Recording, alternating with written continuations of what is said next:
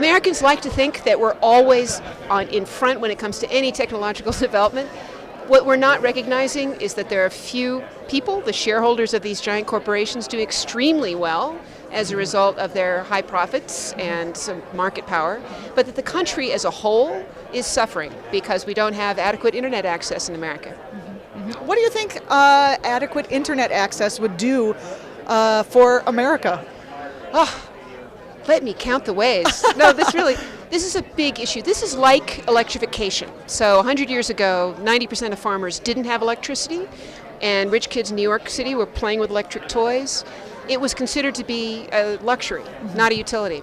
We've got the same situation right now for high-speed internet access. So a third of Americans don't subscribe. 19 million Americans can't. It's not available wherever they live. So the underlying idea is that the internet has something to offer that other forms of communication and information gathering don't.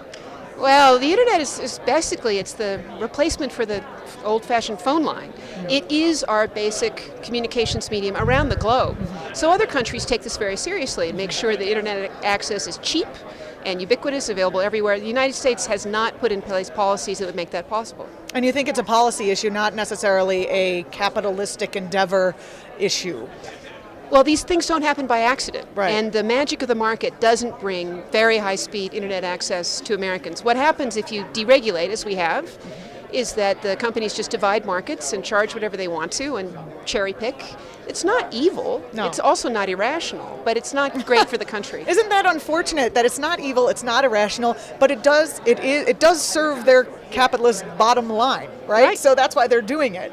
And isn't that the point of regulation, is to be able to mitigate against, say, just pure capitalistic endeavor? Well, the regulatory ideal is to unleash all of us, human productivity, our ability for all of us to speak. That's the point. No one talks about that. That's the regulatory ideal. Because on Fox News and the mainstream media, they talk about regulation curtails freedom, where regulation is actually put in place to unleash. Exactly. That's really the idea. In fact, no one says that. This is not a right-left issue. In fact, Tea Partiers really get this because they want fiber to their homes too. And the problem is that there are a few cartel operators who aren't interested in having that happen. And so actually, this is not about getting in the way of the free market, because the free market then does really well on top of things like highways and basic communications infrastructure, but we haven't taken that first step.